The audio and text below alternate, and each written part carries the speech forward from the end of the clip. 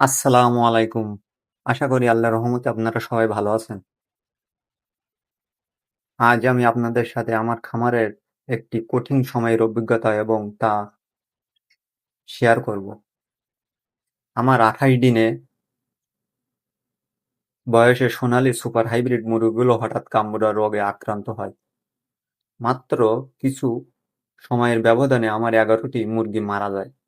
কিন্তু সঠিক সময়ে রোগ শনাক্ত করে চিকিৎসা দেওয়ায় আলহামদুলিল্লাহ এখন আমার খামারের সব মুরগিগুলো সুস্থ। আজকে ভিডিওতে আমি দেখাবো কিভাবে আমার মুরগিগুলো সুস্থ হলো, আর আপনারা এই রোগ চিনবেন কিভাবে ও কি ঔষধ দিলে মুরগি সুস্থ হয়ে যাবে ইনশাআল্লাহ। কিভাবে বুঝবেন আপনার মুরগিগুলো গাম্বুরা হয়েছে? মুরগি চুনের মতো সাদা বা হালকা ফেনার মতো পাতলা পায়খানা করবে, মুরগি ঝিমাবে এবং শরীরে তাপমাত্রা অনেক ক্ষেত্রে বেশি হতে পারে, আবার অনেক ক্ষেত্রে নাও হতে পারে। সবচেয়ে নিশ্চিত হওয়ার উপায় হলো মরা মুরগি কেটে দেখা। মুরগি কাটলে দেখবেন রানের মাংসের উপর লালচে রক্তের ছিটেফোঁটা দাগ দেখা যাবে। অনেক সময় বুকের মাংস এমন রক্ত জমাট বেঁধে বেঁধে যেতে পারে।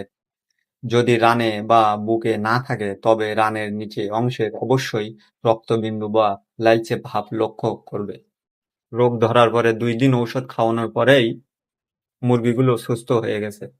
তবে আমি মোট ৪ দিনের একটি কোর্স করিয়েছি। আমি যে ওষুধগুলো ব্যবহার করছি তা হলো সিপ্রোফ্লক্সাসিন 20, অ্যামোক্সিসিলিন, সাথে ভিটামিন সি, এনজাইম, লাইসোবিট, পিএইচ ও নাপা। এই কম্বাইনে আমি প্রথম ৩৬ ঘন্টা একটানা চালিয়ে এতেই আমার মুরগিগুলো মাশাআল্লাহ পরিপূর্ণ সুস্থ হয়ে গেছে। পরবর্তী ৩ দিনের এরপর থেকে আমি দিনের বেলা এই মিশ্রটি চালিয়েছি, আর রাতের বেলা লিভার টনিক ও জিঙ্ক ও পিএইচ এইভাবে আরো ৩ দিন ঔষধ দিয়েছি, যাতে রোগটা পুরোপুরি নির্মূল হয়।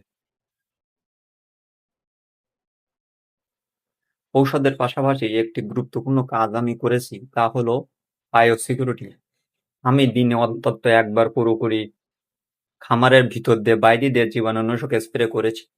মনে রাখবেন, ভাইরাসের আক্রমণে খামারের পরিবেশ পরিষ্কার রাখাটা ঔষধের মতোই জরুরি।